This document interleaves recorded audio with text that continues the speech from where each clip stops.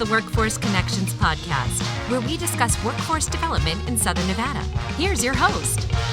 Hi, and welcome to another episode of the WC podcast. Today, we have a very special episode because one of my 8 bosses is here. We're very happy because we're going to talk about what's changed since the last time we had her here on the show. So I want to welcome my friend, Olivia Diaz, Mayor Pro Tem and Ward 3 Councilwoman for the City of Las Vegas. Olivia, welcome back to the podcast. Thank you so much, Jaime. And how long ago was I on this podcast? I think 3 years ago. Oh my goodness. Yeah. I was trying to remember how long it's been. It just seems like it's been a really long time. At that time, you were our chairwoman. Yes. And so, it's been a while, but a lot has happened, I think, that deserves us to be able to meet and speak about it here on the podcast. So are you ready? Yes, let's jump into it. One of the first things that we like to let our people know is where our guests come from. And most of us who know you're a native that grew up on the Eastside, the daughter of immigrant parents, first in your family to graduate from college. Today, we're going to talk about other firsts that you've accomplished. But before entering the public service, you spent nearly 18 years as a teacher. And so we wanted to kind of you share with our audience how growing up in Las Vegas shaped how you are, the neighborhoods you grew up, the schools you went to, and then how those 18 years as a teacher shaped who you would become later. Could we start there? Yeah, absolutely. Well, as you stated, I'm the first one in my family to be born in Las Vegas. My mother and my father came from Durango, Mexico. My dad had been in the States a little bit longer. He arrived in California at the age of 16, then would go back home, met my mother in an adjacent hometown of Durango, and then married her, and then ultimately moved my oldest sister. She was already born in Mexico before they made the transition to live in Las Vegas. And so they were newly arrived here, and I was the first one to be born. And basically, when they landed in Las Vegas, I was living in an apartment complex that's about 21 in Sunrise, across from the old Sunrise Acres Elementary. And my whole childhood was basically in that area, like 28th Street and Elm and Cedar, the tree streets. And wow. I remember I had a beautiful childhood. I loved school. I would not want to stay. Even when I was sick, I would ring a temperature and I wouldn't tell my mom, and I would still go to school because that's how much I really connected with my teachers, with my classmates, and just school was a happy place for me. And so once I left Sunrise Acres Elementary, I went to Roy Martin Middle School, and then I graduated from Rancho High School as salutatorian in my class. And I was the first one then to make that big leap to UNLV. And when I came out of UNLV, a lot of people told me that I was going to teach because my major wasn't in teaching. It was in English and a minor in communications and philosophy.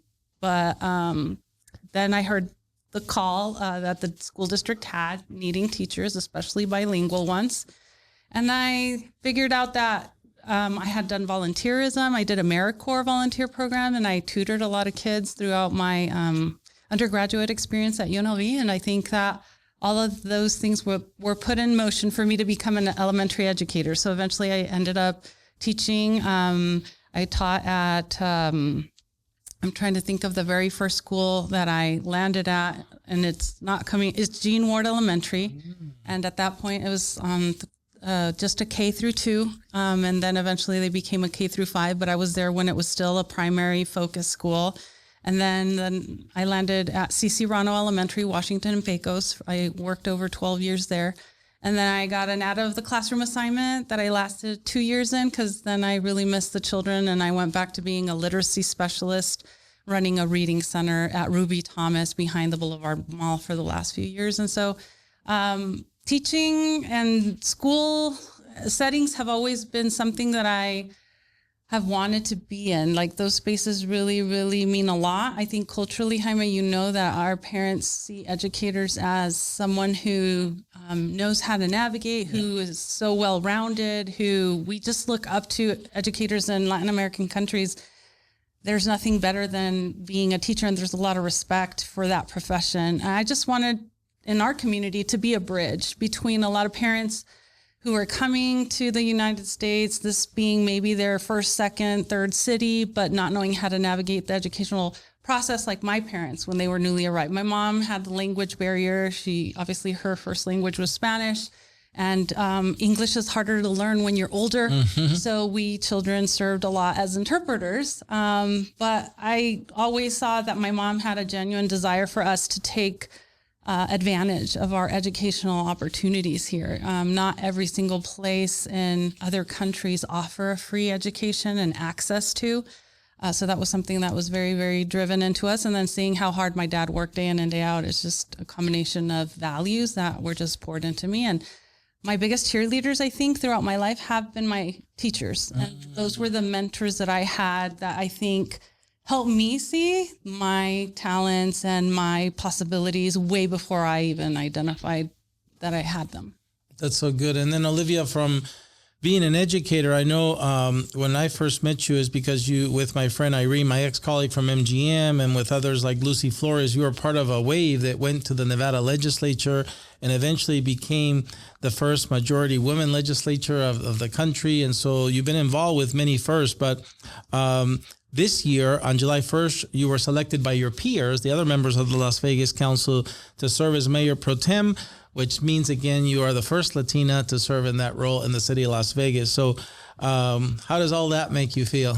With a great sense of responsibility, because I don't want to be the first and only. I want to be the first of many. And I just think that it's just showing everyone that when you put in the hard work and the dedication into a role, folks see it. It doesn't go unnoticed. And hopefully I'm adding value to the city for our residents to move the needle in a positive way. There's so many needs. Every day we're hearing all of the different needs, and some of them are easier to tend to than others. Obviously, you are, and Workforce Connections are instrumental in us being able to put people on a better pathway to self-sufficiency so that they can earn that income that will help them live their best lives. And I think that's why I'm so passionate about this work, because it is touching one life at a time, and it is making a difference for every single person that we can connect to a resource, that we can connect to a provider, that we can connect for a better outcome for whatever reason they're reaching out to our office. Give us a little glimpse, and we're super proud of you. Those of us who know you for a long time, super proud of this latest accomplishment of being, again, elected by your peers to serve as Mayor Pro Tem. Give us a glimpse into that role. What additional responsibilities do you carry besides continuing to be the councilwoman for Ward 3? Yeah, that doesn't go away. Yeah. So now what else do you have to do? And that's still our purview, and our number one priority is to make sure that every day we're doing the best for every Ward 3 resident. But the Mayor Pro Tem just adds the responsibilities, the additional responsibilities of one, helping facilitate every council meeting with the mayor. I'm basically her right hand, help make a lot of motions, navigate things that may spring up in a meeting. Two, every other duty as assigned by the mayor. She gets invited and she's so active. There's sometimes she doesn't have the bandwidth or the ability to make every single invitation. And so if there really is a need and an ask for a city representative and they first ask for the mayor, then she will in turn share those that she cannot make for me to be there in her stead and represent the city. So basically, 3, if she can't make it to something because she's on vacation, she's sick, or she went out for a conference and there's other duties that need to be tended to, including a council meeting, then I assume the role that she would play in leading the meeting, and I just step in as the number 2 for her the day that she can't. That's good. But it's clear, like you said, to remember that those are additional responsibilities to what you are already doing and continue to do as the representative for the citizens of Ward 3. Yeah. So, Olivia, one of the things that I think I know you're super proud of is the city continues to make investments, major investments in education and workforce initiatives. Just the other day, I was at the what people refer to now as the Westside, or the Westside Education and Training Center, and right there in the heart of historic Westside, Las Vegas, next to the historic Westside School. But now there's also talks and plans, and we know there's funding been dedicated to what will one day become the Eastside Education and Training Center, or ETSI as we are calling it. Don't we love our acronym? I know. In the former Desert Pines Golf Course, and right there in the heart of Ward 3. So tell us a little bit about this project on that golf course. Also talk about the Education Training Center and why this project is so important to Ward 3. Let me tell you that we've been chasing Desert Pines for a really long time now. I think it was sometime around 2021 when we really started to identify that we had a possible change or shift to what was going to be on those almost 100 acres of land. We know that currently the golf course is no longer operational. So the first steps are kind of starting to evolve. And I'm super excited because when, in Ward 3, I'm not a Ward 4 or a Ward 6 in the Northwest where there's still very many acres available for development. Mm-hmm. I'm mostly urban, inner city, very few infill lots. Yep. And so when we came across this opportunity, I wanted to put everything on this that I felt we lacked on the East Side as a community. And one of the very things that I basically put on my wish list is, oh my gosh, I wish we would have a higher ed presence in the East Side, because growing up, I didn't know about UNLV and CSN. Obviously, my parents migrated here, didn't even have the opportunity to go to middle school in their home countries. And so they didn't know how to talk to me about higher education opportunities. And I feel that when you have the presence of a building that says CSN on it and you're walking by it or you're driving by it, it piques your curiosity at a young age. And then you're like, so what is CSN or what is UNLV? It just depends who that higher ed offering is coming from. And so on that list of things to do with Desert Pines was I wanted some kind of higher ed presence, whether it was NSU, it didn't matter. Mm-hmm. And then we applied for funding through the federal government for a grant. Is it the IDEA grant? Yep.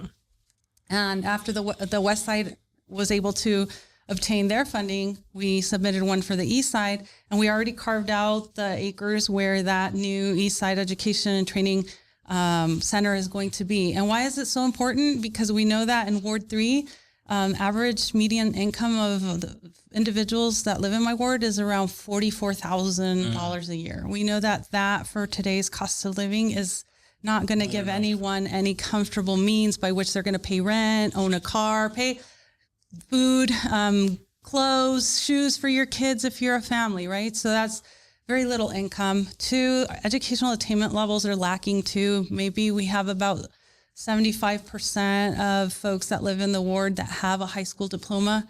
So obviously we're not 100% there. That means we have room to grow, to have people maybe get their GED and get some kind of certification under their belt. My hope is that through the offerings in partnership with CSN and hopefully Workforce Connections still stays heavily engaged, that we can bolster the ability of folks who feel hopeless right now that, I wasn't able to finish high school, or I wasn't able to go to college, or I don't have a trade under my belt. I hope that we can lift them to see the possibilities. And now it's going to be within walking distance from some folks, depending if they live at the Desert Pines Golf Course or they live a few blocks away. It will be within walking distance right there on Bonanza and Pecos, right across from the family courts. Yeah, walking distance is nice. And speaking about walking distance, now, I get to be walking distance from my boss. And we just crossed the plaza. You get to keep an eye. Yeah. Anytime you want to come and visit City Hall. You can keep an eye on me from across the street now. We can see each other, for sure. Which is really great. Another thing I think that's important to know. Welcome to the neighborhood. Right. And to Ward 3. Right. I love that you're in Ward 3. That's right. I've learned that, of course, as we've been talking about, workforce development is a major component of the city's current strategic plan. The plan focuses on creating more pathways into high-wage, high-demand careers, strengthening partnerships with education and training providers, connecting employers to talent, and building a more coordinated workforce pipeline. So in a way, I kind of, like you said, we take great pride in that we've co-located here at Civic Center because it's exactly our calling, exactly what we want to work with the cities and the counties on. So when you look at the city's vision for workforce development, for all the things that I talked about, how do you prioritize it? What would you, when you think about, leading people into pathways to high wage, high demand careers, strengthening partners with education, and connecting employers to talent. Can you prioritize it all, or is it all symbiotic, has to be dealt with at the same time? Do you have a first or second priority? I think they're all spokes to a wheel. Yeah. We need to have every single component for us to be operational and I think aspirational. I know that as city leaders, we're always chasing the next big project to be landed here in terms of economic development. We want those big developments to come here, regardless of whatever that endeavor is. It could be advanced manufacturing. It could be, I know that right now the city is really, really intent on landing a deal, and I don't want to disclose because there's still some things that are being worked out, but it would be where the ward is, and it would be high earning potential jobs. And so I think at the end of the day, we do want to drive more employers that are paying better wages for our folks, but we need to prepare our folks to raise themselves to that level so that when those jobs are here, they're first in line to receive the jobs.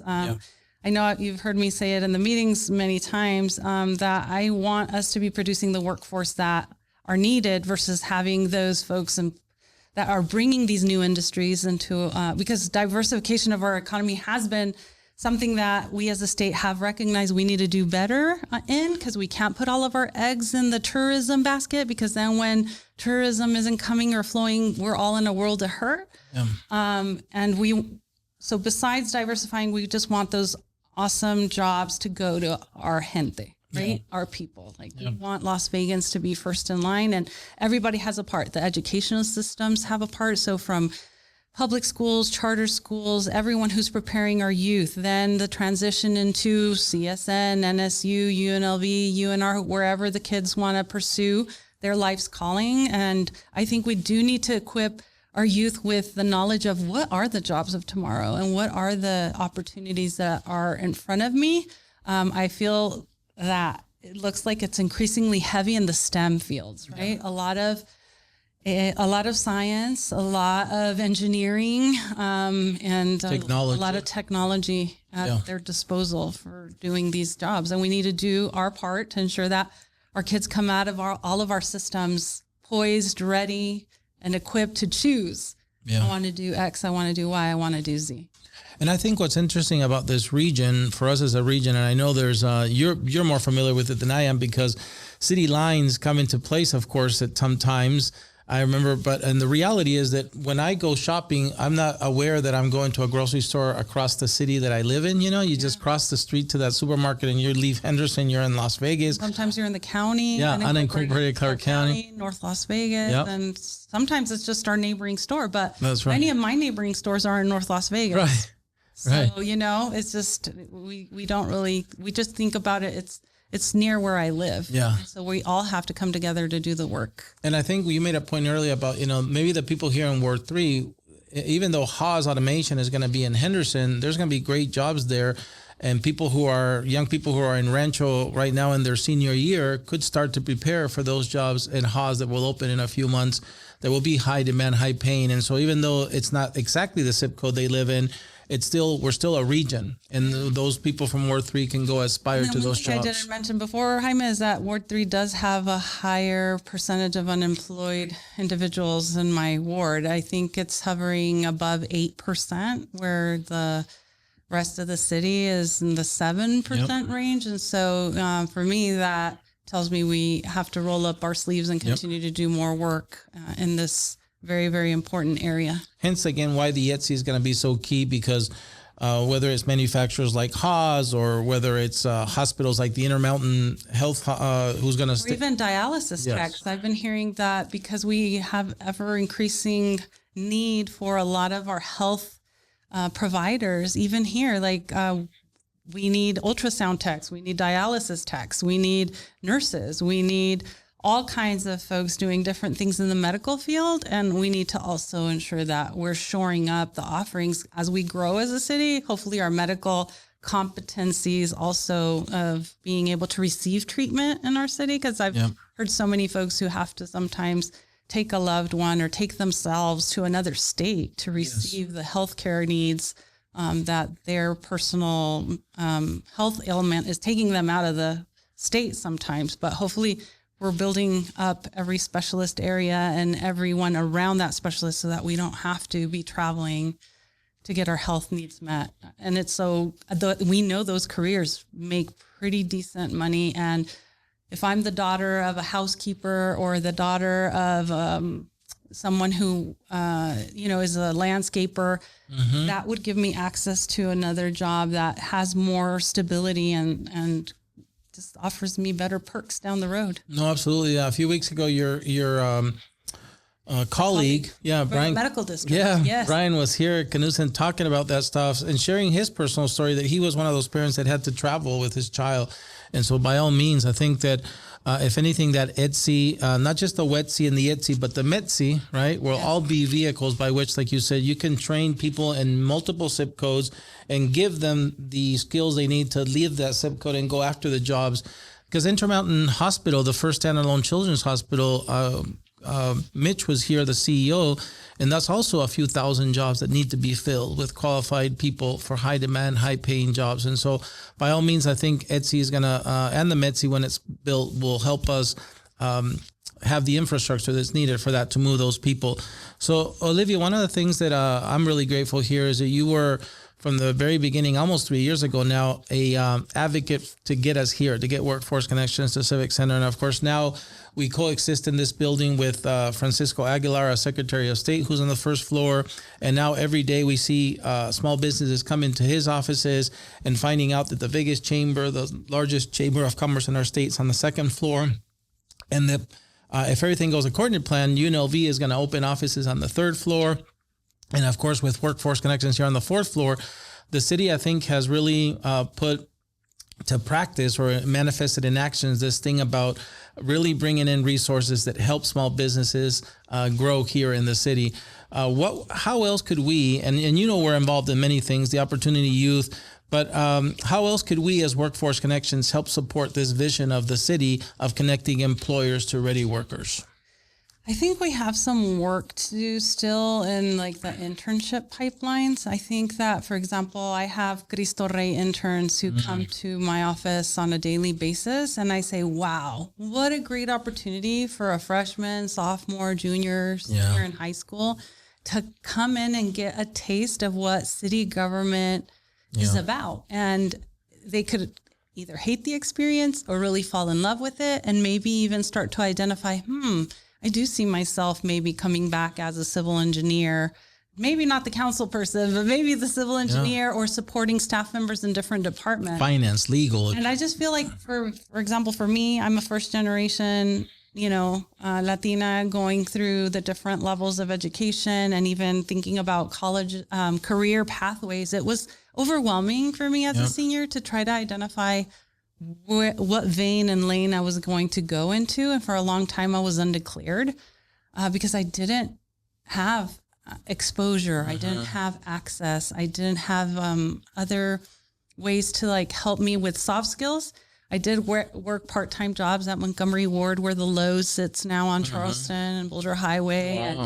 And I did little odds and ends as a college student to help me, get through those college years. But I just really feel that internship opportunities are so, so important. And if we can offer them over the summer for a lot of our youth that one may come from a family who has financial need, it helps them kind of help the family not have to worry about back to school expenses because they can make a little bit of maybe money. Because I remember being 14 years old and walking in the downtown delivering mail because I was part of the Nevada Business Services summer job. Wow.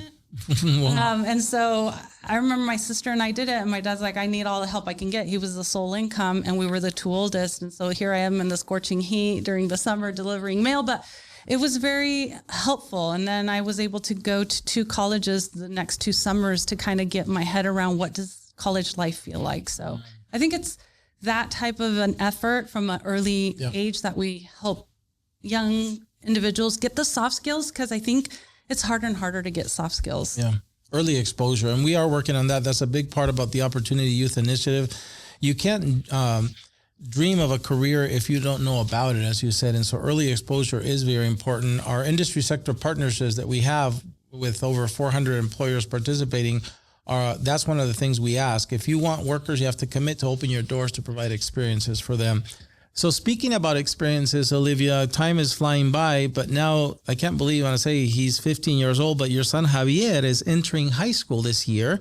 And as a mom and, of course, a former educator, I'm sure you have strong opinions, but what are your hopes for his experience during this next chapter of his life? The high school years are tough. And so what are you hoping? I have two stepsons that I've already survived. So the two oldest are almost 40 and 34. You've been through the high school So year. I have been through this very tough stage. And the thing is, like, they need to stay the course, right? And every child is unique and every child is different, and their outlooks on school, some of them are favorable, some of them not so great. And so, for example, the oldest is an attorney working for the Nevada Supreme Court of Appeals. And then the middle child is a doctor. He's currently working at LA Children's Hospital as an emergency pediatric doctor.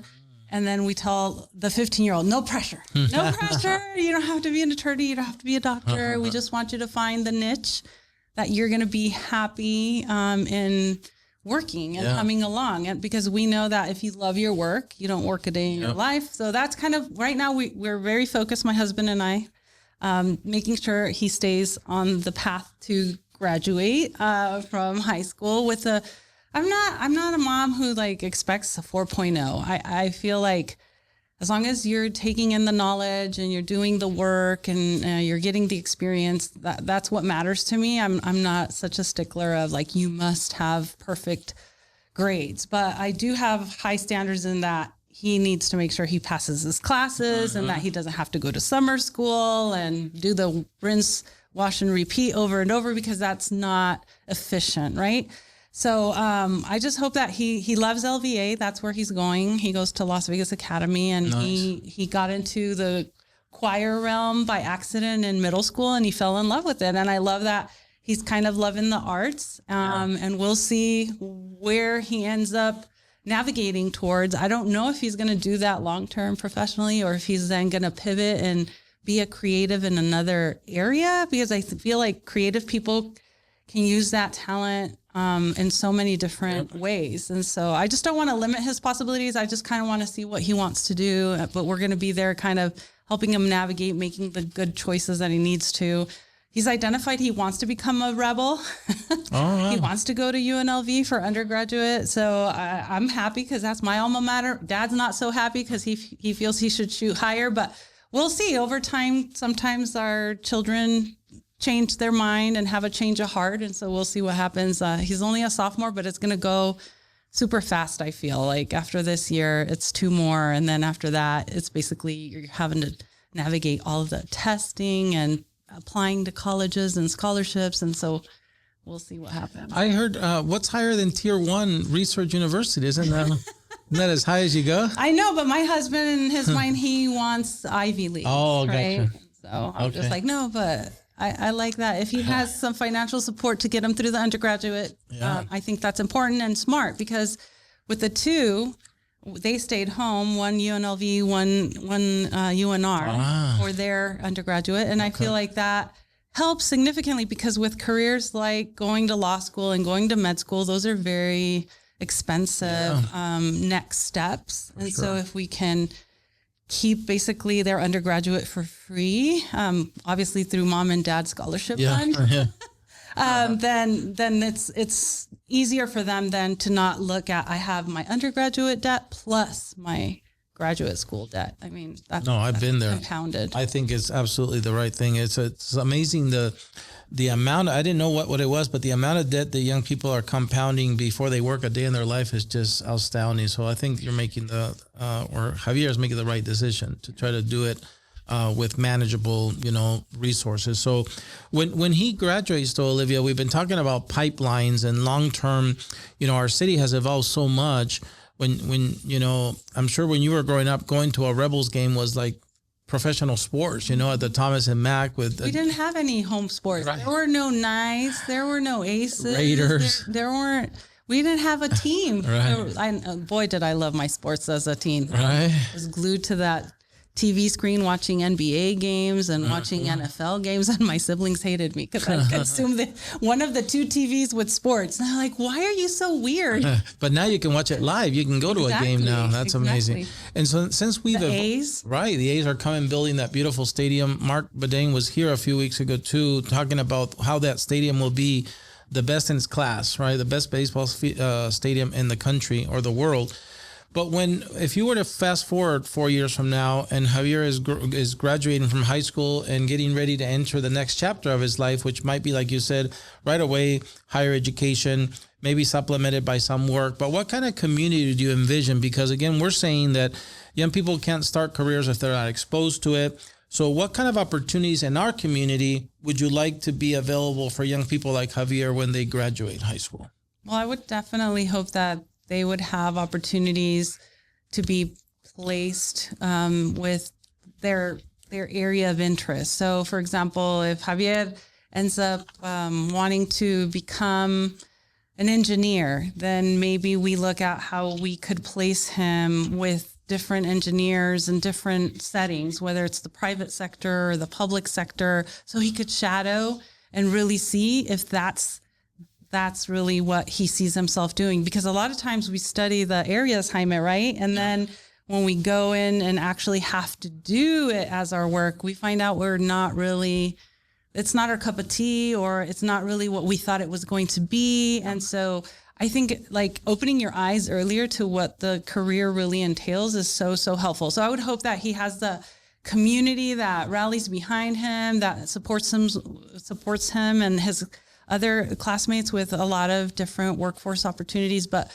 more in the internship realm. Maybe some of those internships will flourish or flower into bloom into becoming a tangible work experience where they see the talent in the student and they're like, hey, I want you to come work for me part-time. I don't want you full-time because I don't want your studies to go by the wayside, but come and work for me part-time. And I think there's a win-win, because then we really are helping our workforce develop and incubate from a young age. And then we're plugging in a little bit quicker and a little bit faster versus just making the call and then trying to like figure out who's going to come and heed the call of X many folks for different positions.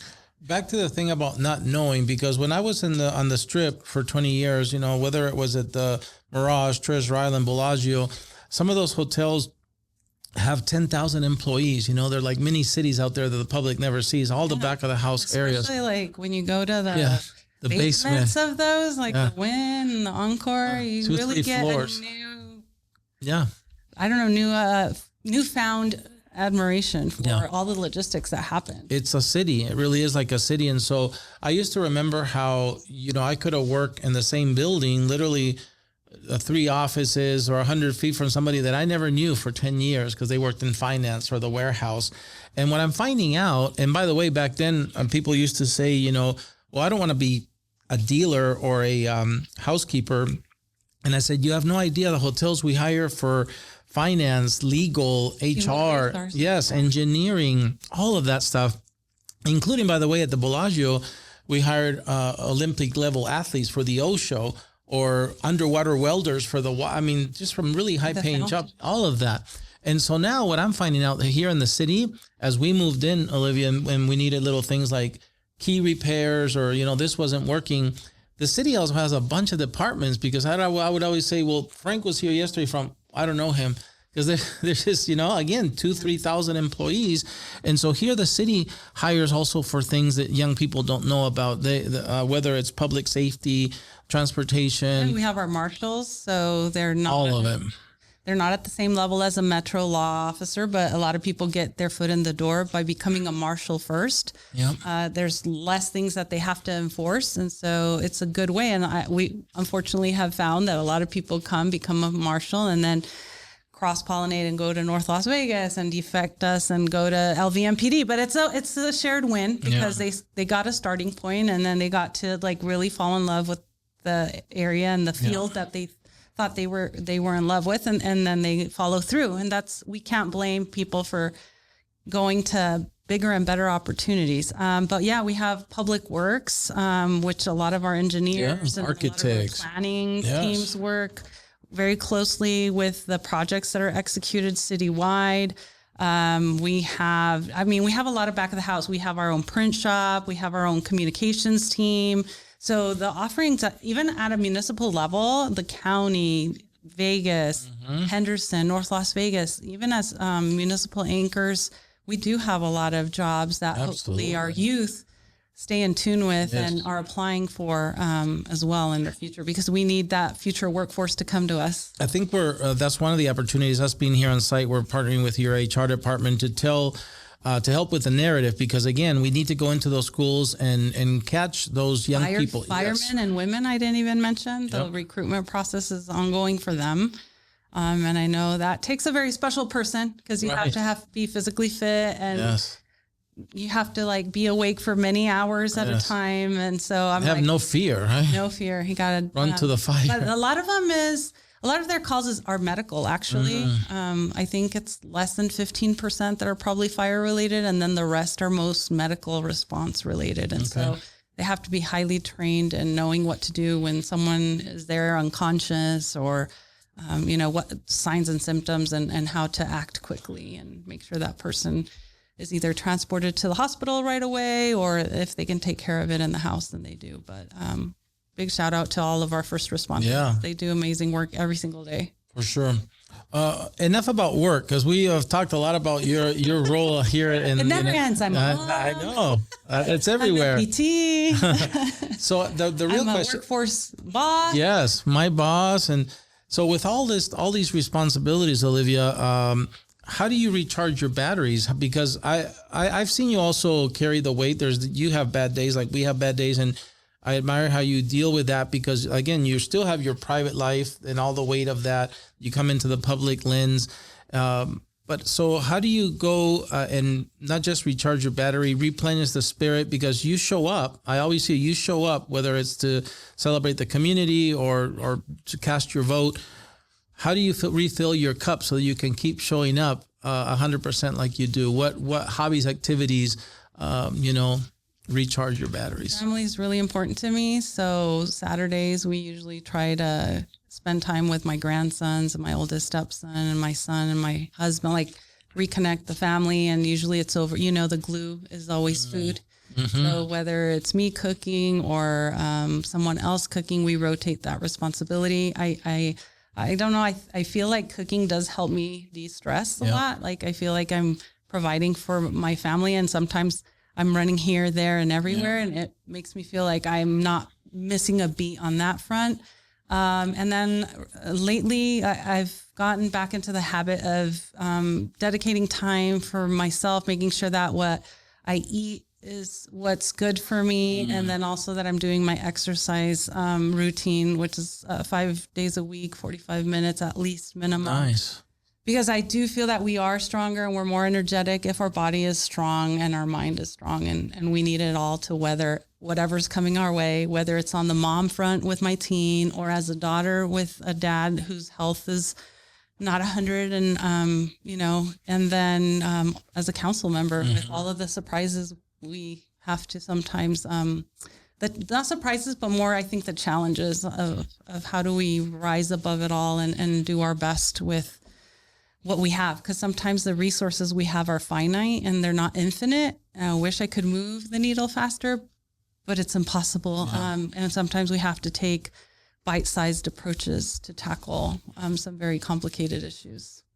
And so I can see, now that you're working on fitness, will we say one day, remember when Lucy Flores put on the gloves? To box? Yeah. I don't do anything like that. I'm not that bold and daring, and I don't think I want to mess my face up. That wasn't good. So, no, but hopefully I can work my strength up. You won't see me at a bodybuilding competition either. But what has been on my radar this year in terms of fitness is participating more in 5Ks. Nice. So hopefully, I don't know if I'll be up to participating in Andale, which is a 5K race that supports Latinos wanting to pursue law. Or then I know our Secretary of State is organizing one around Day of the Dead, Dia de los Muertos 5K race. I think it's going to happen at Cristo Rey campus. And I'm also wanting to take my son to support a walk. And we're going to start with the walk first for suicide prevention, September 13th. And so all of those things, I just feel like sometimes we can be connecting the mission to physical activity and, coming together as a community in different ways. No, that's really good. If you could speak to 18-year-old Olivia back then, that young girl who graduated from Rancho and went to UNLV. Today, usually listeners tell me, I listened to that podcast and I could really relate to the councilwoman because I'm Hispanic, I'm born and raised on 28th Street, or I want to be a teacher. For whatever reason, if some young person is looking at your story and saying, give me some tips. What did you learn in life now that you're wiser, older, that can help me get to where you are? What would you tell that person? What have you learned that you can pass on and say, here's some 2-3 things, do this, and it's going to help you reach your goals?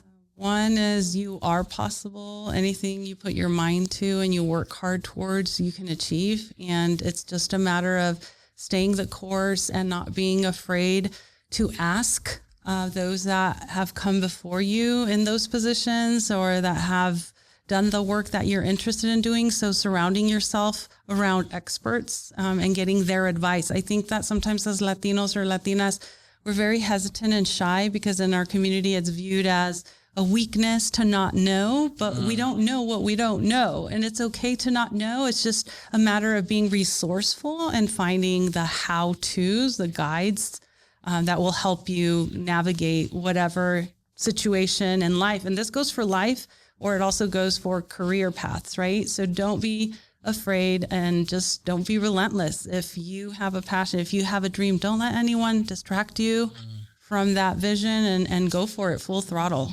Because I'm testament that, a lot of folks are like, well, did you have plans for being in an elected life? And I really didn't.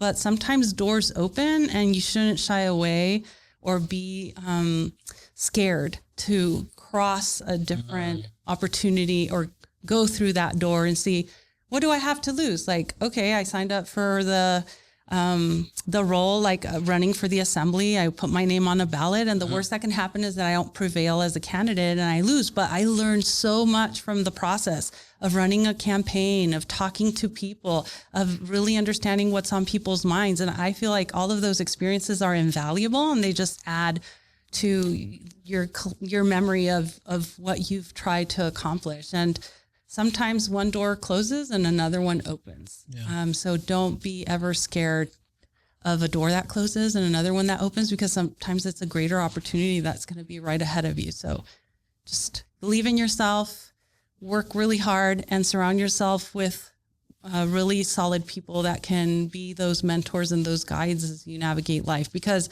as an 18-year-old, you're not really aware of everything that's in your environment. And sometimes you're naive. So sometimes it's important to have the folks who have walked a little bit more than you and can identify some potential hiccups and obstacles, and they help you plan how to overcome those. Well said. That's good advice. Olivia, I'm going to give you a couple of words that you remember, take you down memory lane, because you said we learn from everything. In your legislative days, I think you lived in Minden for a while. And if I said the word deer parts in the backyard, does that ring a bell? Yes. And then thankfully it wasn't me who came across them. I know. It was a roommate. But I think you learned so much from those legislative years. And then also, I remember when I first, when you first took this role, if I remember correctly, your plan was not necessarily to leave your teaching job, but you quickly realized this council position is a really more than a full-time job. It takes more than 40 hours a week. So I'm glad that you saw that and eventually said, well, my question is, do you miss teaching? Because you have a passion for it. I know that council work is fulfilling and a lot, but sometimes do you miss the classroom and the kids?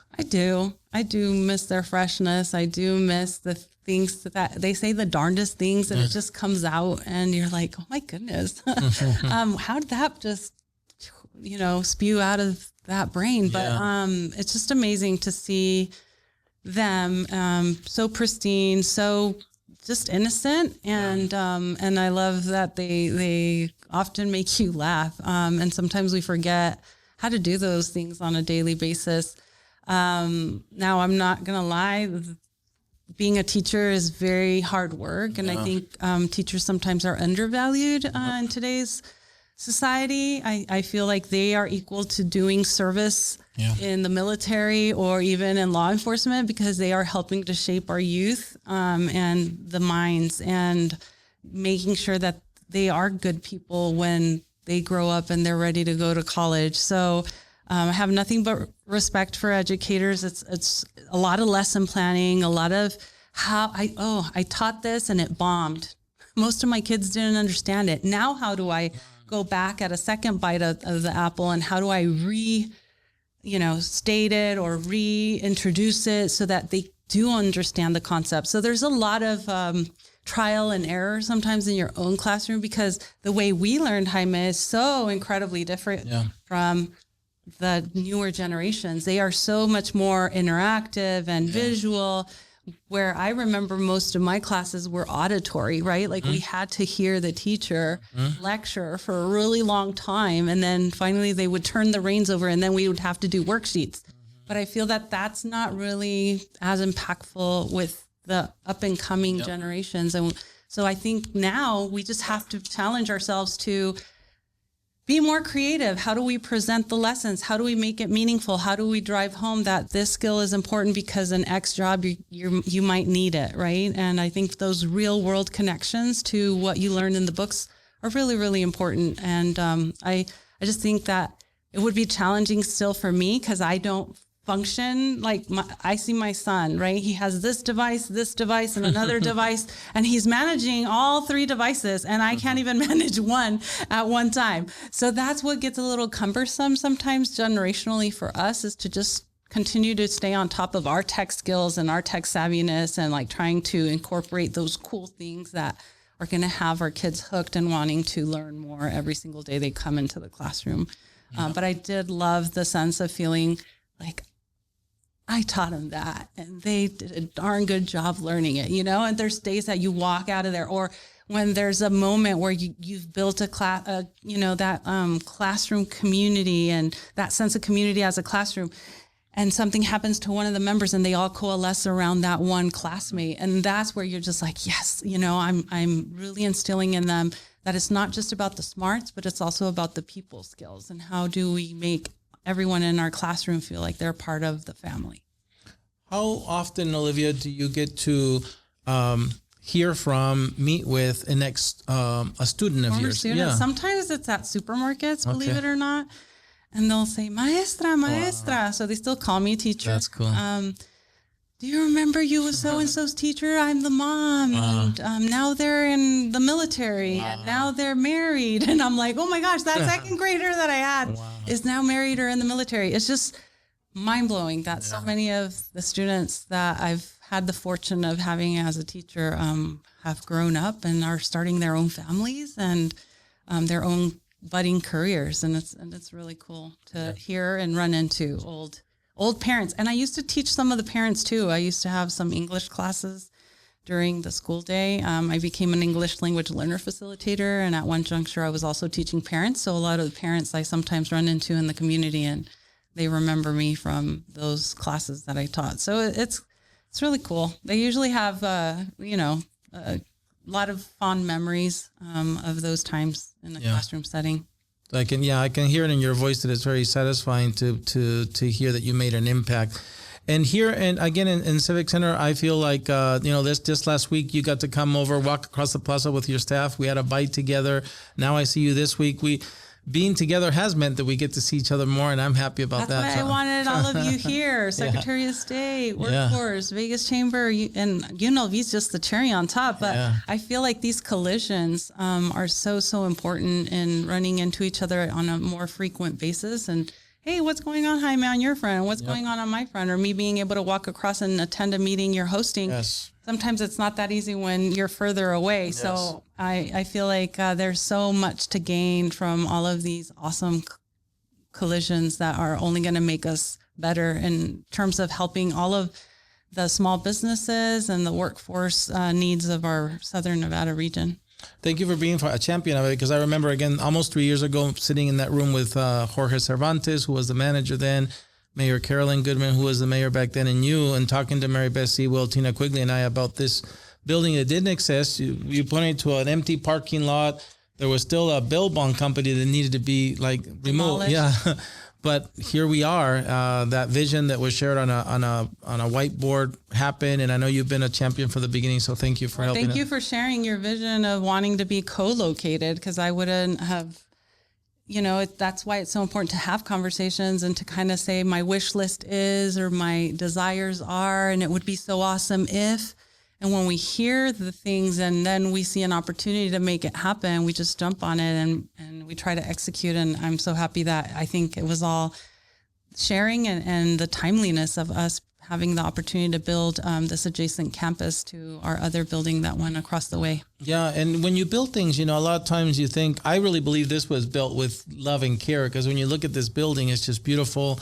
It's awesome to walk in here. I know all the team members of Workforce Connections, originally they were worried about that walk from the garage, but now they say, and me included, the walk has become a moment of kind of like you say, okay, you take those 5 minutes to say, today I have to get this accomplished. As you're walking through the greenery of Carolyn Goodman Plaza, or you're walking out at night, sometimes now you see the illuminated statue. And so it is beautiful to look at and walk by, if you will, so that what was perceived to be potentially a negative has become a positive. So overall, everybody's happy that they're here. They love what the city of Las Vegas built, which is a campus that is activated every day with food trucks and bands and, employee events. So, so we're very happy here. I think it gives you time to kind of decompress and prepare. So as you're coming in, you're kind of rifling through your to-dos, but then as you're leaving, it kind of lets you also say, okay, today was a good day. Now I'm going to move on to the next things that I need to get to. And I'm glad that you get to admire the sculpture Harmonic Ascension right there. Yeah. How often do you get to see it illuminated? When it's getting late at night. So right now, because it gets dark, not so much, but I'm sure once October, November hits by 4 o'clock, it's going to be. And I've heard, only twice I've seen it, but I've heard that when it's playing and it goes through its thing, sometimes there's music that accompanies it as well, that comes through the floor speakers that are on the ground. So that's pretty cool.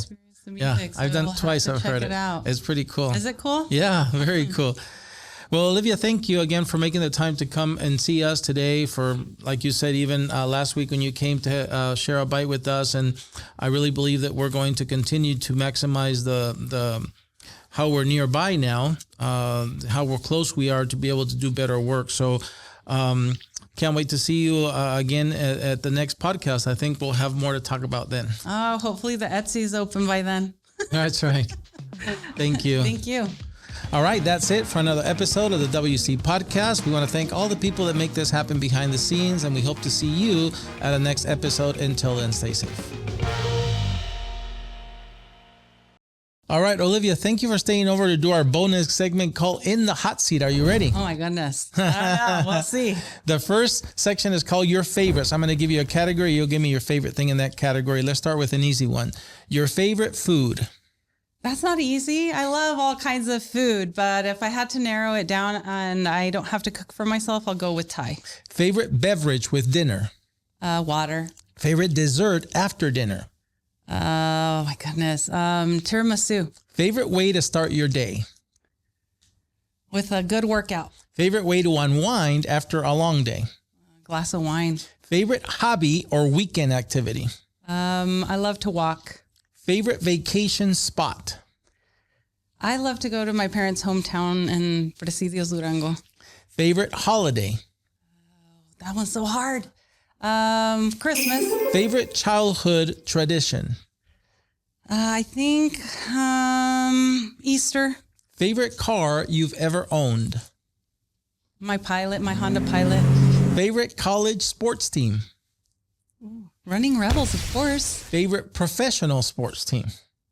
The San Francisco 49ers, if not my husband kills me. Awesome. You made it through your favorites. The second session is called Tough Choices. So I'm going to give you 2 choices. Hopefully you can pick one. Are you ready? Yes. I'm going to start hard. Okay. Rancho Rams versus Las Vegas High Wildcats. Rancho. You know. Rebels versus Wolfpack. Rebel. Vacation or staycation? Vacation. When you go on vacation, hotel or Airbnb? Hotel. A day by the ocean or hiking in the mountains? Hiking in the mountains. Retire on a ranch or in the city? In the city.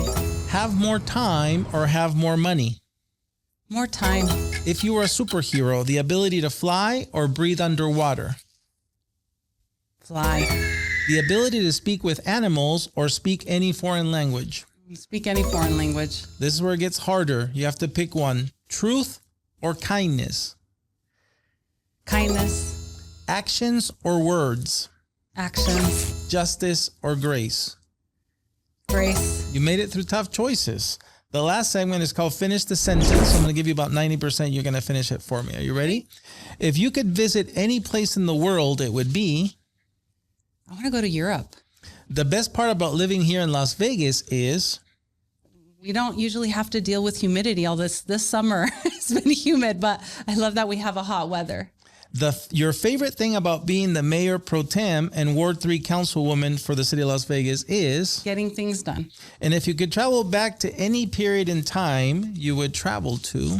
Right now. 3 words that describe you are? Let's see. Hardworking, compassionate, and kind. I couldn't agree more. And doing the WC podcast here with us today was? Amazing. Awesome. Well, thank you for staying over and doing the hot seat.